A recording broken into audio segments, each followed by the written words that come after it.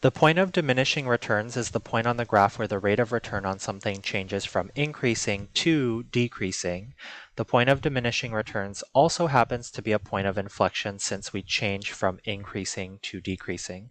So let's say I have my two axes here, and maybe this is like time and this is profits or something like that, and your function looks something like this. So the point of diminishing returns happens right here where the concavity changes. So here, notice that this is concave up, and then this is concave down. And although your profits are increasing, if you think about the tangent lines, here after this point, the tangent lines start changing, and the slopes are decreasing, and so they're increasing up to this point C, but after that the rate at which your profit is growing is slowing down. So this here helps us identify the point of diminishing returns. And again, it is a point of inflection, and so the second derivative helps us figure out where that's happening. So let's see an example of that. Example 3 says, suppose the annual profit for a store in thousands of dollars is given by P of x is equal to negative 0.2 x cubed plus 3x squared plus 6, where x is the number of years past 2006. If this model is accurate, find the point of diminishing returns for the profit. So we have our original function. I'm just going to rewrite that really quickly. And we want to go ahead and take the derivative of that. So it's going to be negative 0.6x squared plus 6x. And then if we take the derivative of that again, we get negative 1.2x plus 6. Now we would like to set our second derivative equal to 0 and solve for x.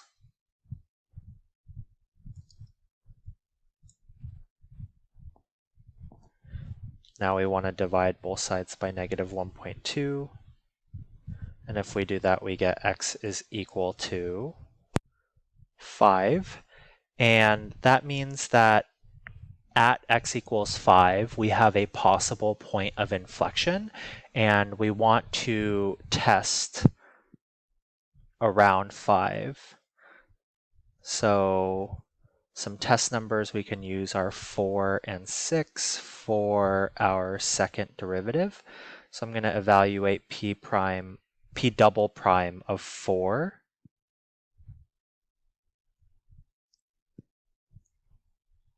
And negative 1.2 times 4 is negative 4.8 plus 6, which is equal to positive 1.2.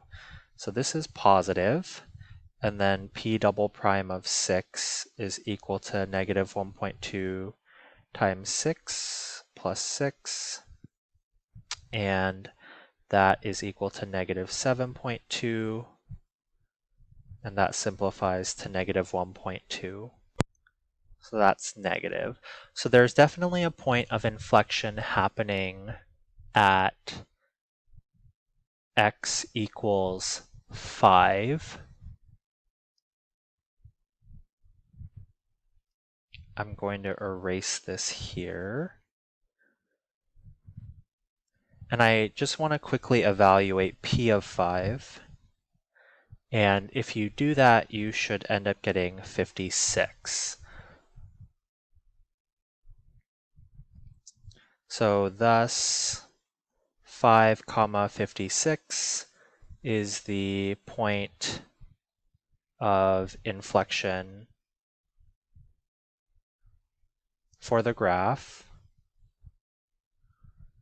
since it changes from concave up to concave down, and the point